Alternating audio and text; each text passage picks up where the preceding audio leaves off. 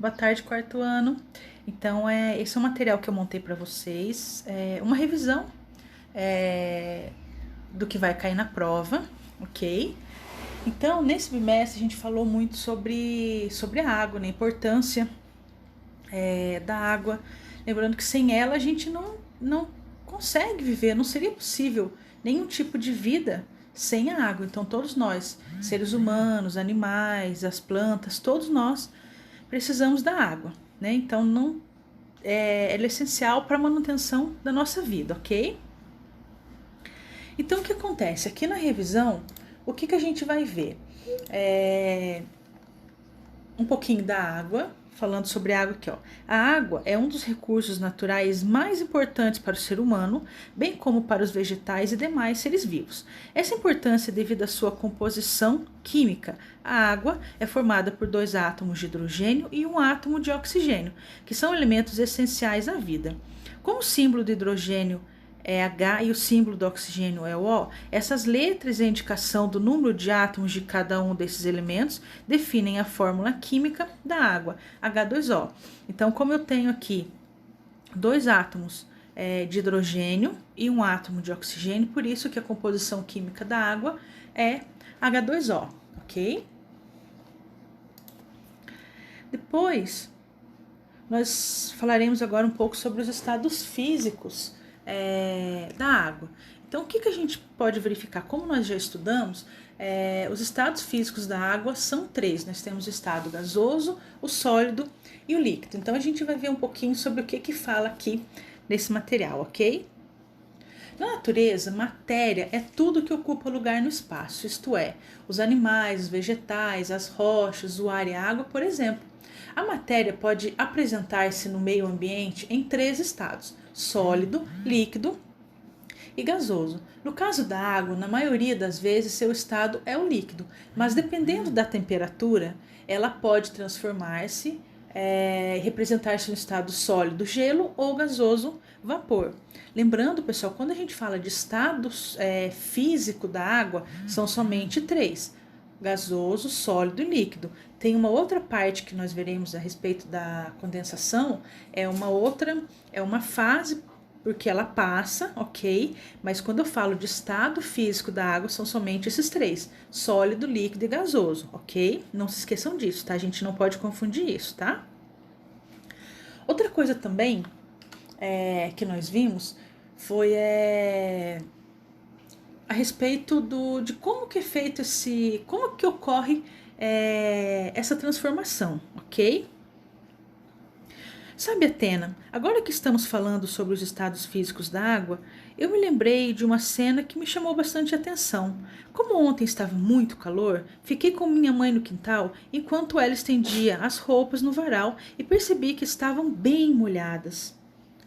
Tudo bem, Maria, mas por que isso chamou tanto a sua atenção? Foi assim, como estava muito calor, fiquei por ali mesmo. Eu brinquei de bola ao cesto, li algumas páginas de um livro à sombra do nosso pé de jabuticaba e até tirei um cochilo. Depois, minha mãe voltou para verificar as roupas no varal e disse que elas já estavam todas secas. Então eu pensei, onde foi parar a água que estava nas peças molhadas? O que fez com que elas secassem assim tão rapidamente? Nossa, Maria, nunca parei para pensar sobre esse assunto. Acontece a mesma coisa quando minha irmã, ao sair do banho, usa o secador de ar quente nos cabelos molhados e a água que estava neles desaparece. Nós precisamos investigar. Atena e Maria ficaram ali perguntando-se o que acontecia com a água em situações como aquela. Então, nisso, pessoal, nós já falamos bastante a respeito disso. Nesse caso, as roupas secaram por que motivo? Com o calor, né, o calor fez com que a água das roupas evaporasse. Então, por esse motivo, que elas se secaram. Então, tem um exemplo aqui também do secador, né, da utilização do secador. Então, a partir do momento em que eu utilizo ali o secador, tem o ar quente do secador no cabelo molhado, o vapor, né, essa água que está no cabelo vai evaporar e o cabelo, consequentemente, vai ficar seco. Então, esse é um dos processos, né, porque a água passa, ok? Então, nós temos aqui Nós temos aqui a respeito da fusão. O que é fusão? É do estado sólido, ok? Para o líquido. Esse processo nós chamamos de fusão. Então, vocês podem verificar as setinhas aí. Então, do estado sólido para o líquido, eu tenho a fusão, ok? Lembra da prova que vocês fizeram da última vez, que tinha a respeito do iceberg e depois ele derreteu? Então, qual que foi esse processo? Então, do sólido para o líquido, a fusão. E depois, a partir do momento que eu pego água no estado líquido e ela evapora, ok? Então, esse processo a gente chama de quê? De vaporização, ok? Ela passa para o estado gasoso. E depois, quando essa água está ali no estado gasoso, eu vou passar, ela passa, na verdade, para o estado líquido. Aquela água quando alguém da família de vocês está cozinhando alguma coisa, aquela água que fica na tampa, certo? Então ali é o vapor que subiu, mas tem aquela aguinha que fica ali, a gente chama o que? Esse processo de condensação, que é do estado gasoso para o estado líquido, ok? E para finalizar, do estado líquido para o estado sólido, nós chamamos de solidificação, ok? Lembrando, os estados físicos da água são 3: sólido, líquido e gasoso. Esse processo aqui são os processos que nós podemos verificar do sólido para o líquido, líquido para o gasoso, do gasoso para o líquido e do líquido para o sólido. Não confundam esses processos, ok? Com os estados físicos da água, tá bom? Depois a gente fala um pouco aqui sobre a contaminação da água, né? O que a gente falou muito também sobre isso, o que pode fazer, o que contamina a água. Então aqui, causas da contaminação. Falta de tratamento de esgoto é uma das principais causas de contaminação da água. Em geral, nos países em desenvolvimento, o que mais gera contaminação é a falta de tratamento dos esgotos domésticos, agrícolas e industriais, incluindo os agrotóxicos, o que culmina na contaminação da água potável disponível. Então, são vários os fatores que podem causar a contaminação da água. Esses que eu coloquei aqui são os principais, ok?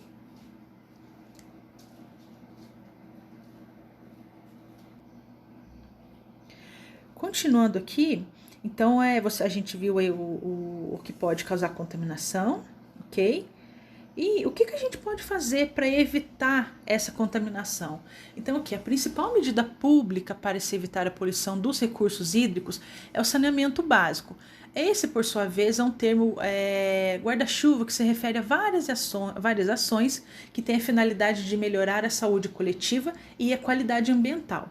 Diante disso, as principais ações para evitar a degradação dos corpos d'água são. Então, o que pode ser feito? Destinação correta do lixo, comece separando o lixo seco do úmido em casa, aterros sanitários com solo impermeabilizado para evitar a contaminação dos lençóis freáticos, educação ambiental e uso consciente da água, tratamento dos efluentes industriais antes de lançá-lo de volta à rede pública.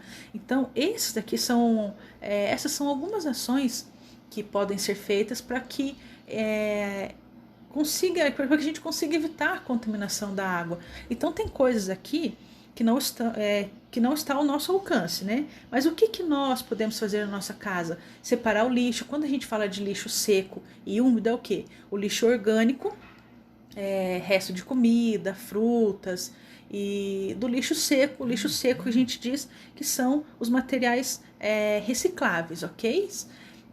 E educação ambiental, uso consciente da água. Esses dois itens estão ao nosso alcance. Então, a água eu sei que eu tenho que usar com consciência. Educação ambiental, não jogar lixo nas ruas, usar água com consciência. Vários itens.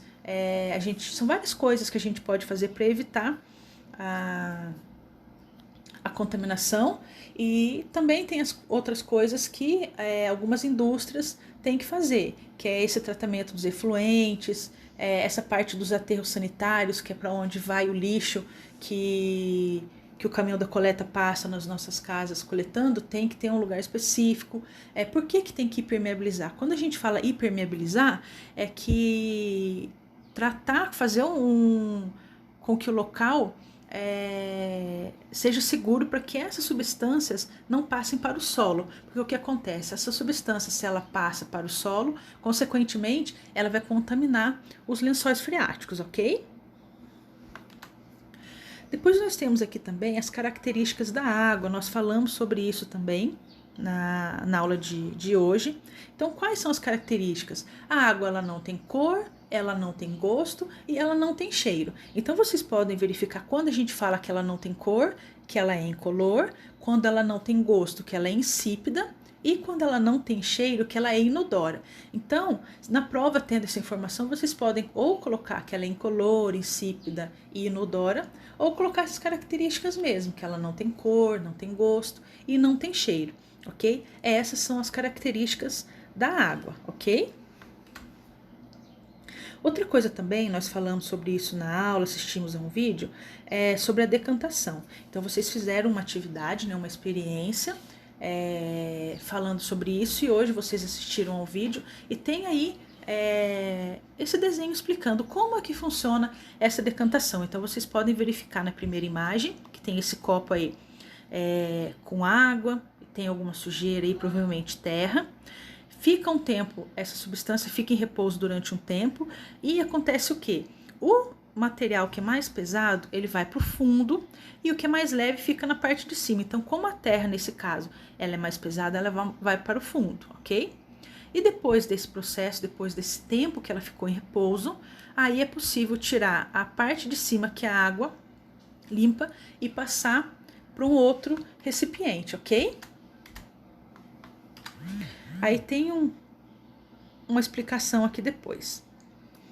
A decantação é um processo de separação de misturas heterogêneas entre dois ou mais líquidos de diferentes densidades ou entre sólidos, líquidos, que se baseia na separação por diferença de densidade entre os compostos que formam a mistura.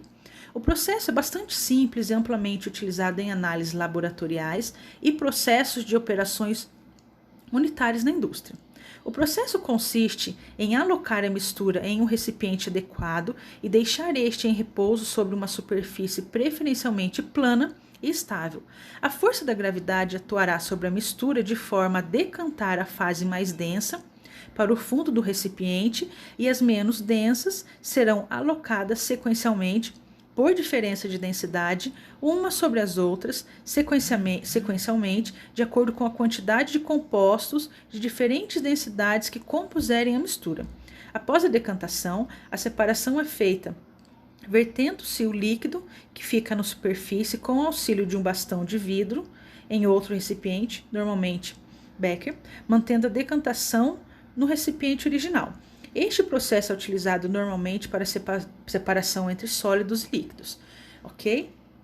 Então, aqui tem a explicação, tem a imagem também que vocês viram aqui, como que é feito esse processo, ok? E depois, tem uma parte também nas atividades que nós fizemos, que nós falamos um pouco sobre os materiais e as suas transformações, né? Nós fizemos algumas experiências e tudo mais. Então, um dia na casa da Eva, estou com vontade de comer pipoca. Podemos fazer na pipoqueira da minha mãe. Boa ideia! Enquanto comemos a pipoca, podemos conversar a respeito de um assunto que está me intrigando. O que será que estava intrigando, hein? Então, essa aqui, pessoal, eu não coloquei aqui nesse slide, mas é aquela parte da pipoca. Vocês se recordam que tem uma parte que nós vimos que por que acontece esse processo? Por que a pipoca ela estoura? Então, o que acontece? Dentro do milho de pipoca tem uma quantidade grande de água. Então, a partir do momento em que é aplicado aqui calor, com o calor do fogo, né, o calor ali, vai fazer com que ocorra essa explosão. Vamos dizer assim, ocorre essa explosão e nisso que transforma a pipoca. Então, por isso que a gente fala o quê? Milho de pipoca.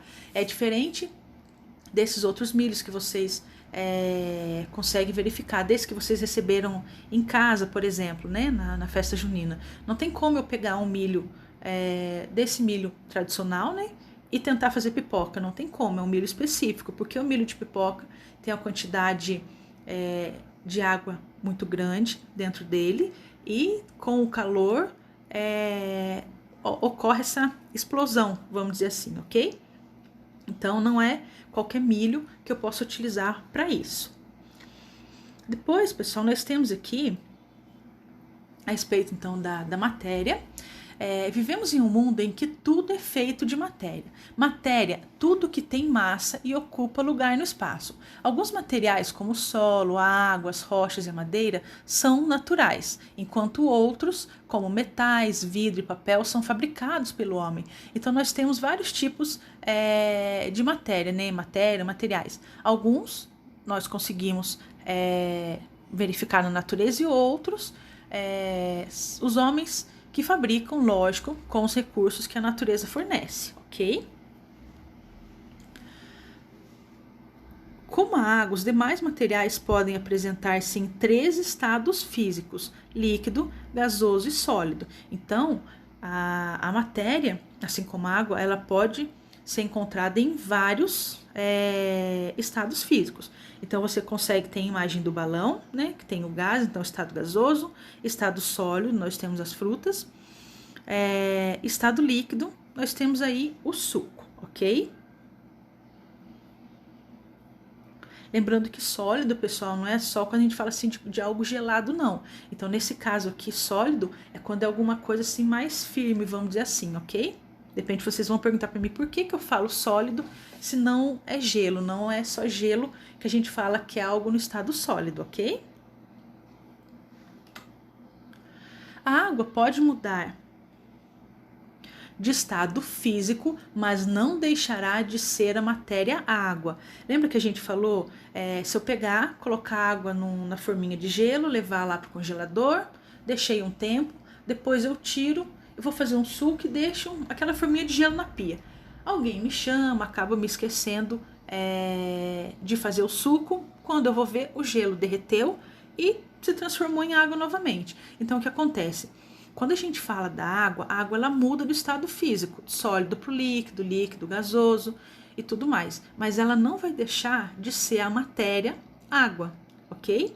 Então aqui a água não é a única matéria que ao mudar de estado físico continua sendo o que é, ou seja, preserva suas características essenciais. Observe na próxima tela como a matéria, ao se transformar em objeto, mantém sua matéria. Então, por exemplo, aqui. Nessa fábrica, a madeira passa por diferentes etapas.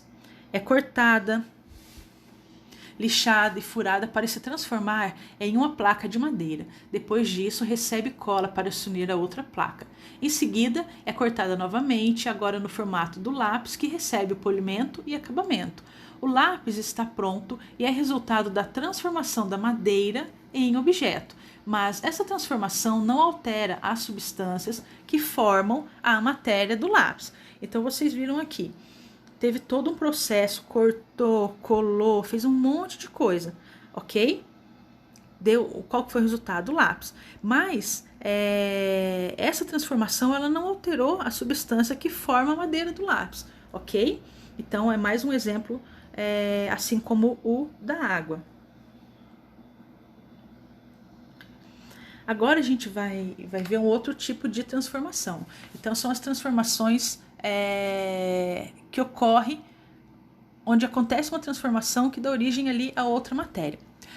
Agora observe como ocorre a transformação de outra matéria. Ao misturar e cozer os ingredientes de um bolo, modificamos a matéria desses ingredientes. Pode-se perceber essa transformação pelas mudanças na consistência, na cor, no sabor, no aroma e no odor da massa do biscoito, que era líquida e fica sólida. Então, nesse caso, houve a transformação em outra matéria, ok? Então, vocês vão fazer um bolo, um pão, então vão colocar todos os ingredientes ali na tigela, na batedeira. Então, todos aqueles itens, aqueles componentes, eles vão dar origem a uma outra matéria, ok? E também nesse caso teve mudança até do estado. Alguns itens que estavam no estado líquido foram para o sólido e tudo mais. Então, a junção de substâncias origina muitas vezes a sua transformação em substâncias diferentes, ok? Então vocês têm aqui, ó, a madeira pode queimar, os alimentos podem apodrecer. Temos aqui o pão também como exemplo. Então, qual que é a conclusão que nós podemos tirar disso? A transformação, quando é física ou reversível, não altera a natureza da matéria. Então, vocês visualizam aí latinha, né, de refrigerante, que ela foi amassada, papel, a pessoa cortando o papel, e tem aí o gelo. Agora, falem para mim, a latinha, será que ela deixa de ser metal só pelo fato dela estar amassada?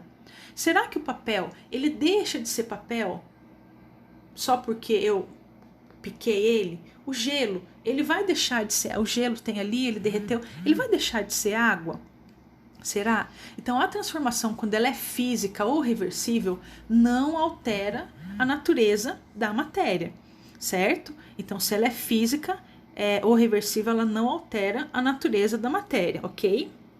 Já a transformação, quando ela é química ou irreversível, altera a natureza da matéria. Então, a transformação química, ela é irreversível, eu não consigo mudar, eu não consigo voltar ela ao que era antes. Então, vocês têm um exemplo aí de frutas que apodreceram, do ovo frito, do fósforo queimando, tem aí do pão. Será que eu consigo reverter?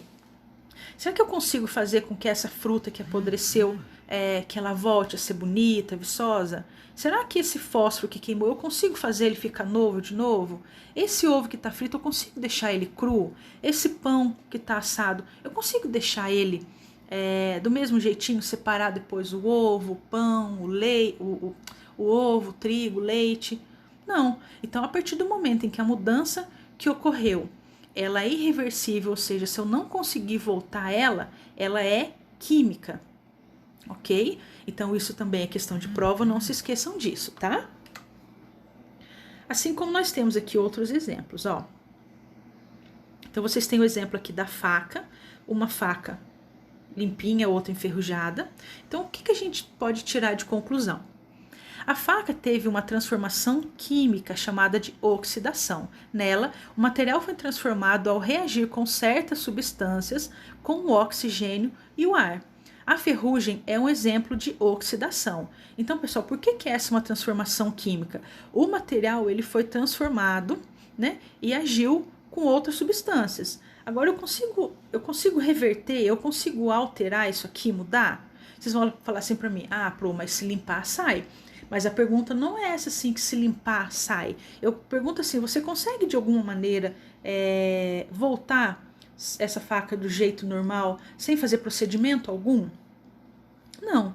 Nós temos aqui o ovo. A transformação do ovo em ovo cozido é uma transformação química, pois alterou a cor, a consistência, a textura e sabor diferentes do ovo cru. Então, por que é uma transformação química? Eu não consigo reverter, eu não consigo mudar, deixar com que esse ovo cozido se torne cru novamente. Então, é uma transformação química, ou seja, irreversível.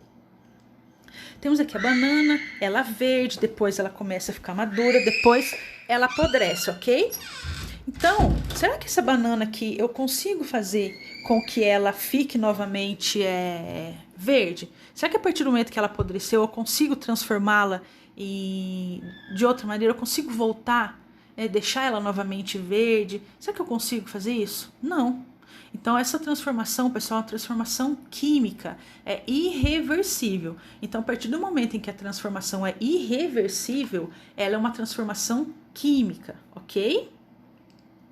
Assim como tem nesse exemplo na atividade que nós fizemos na apostila.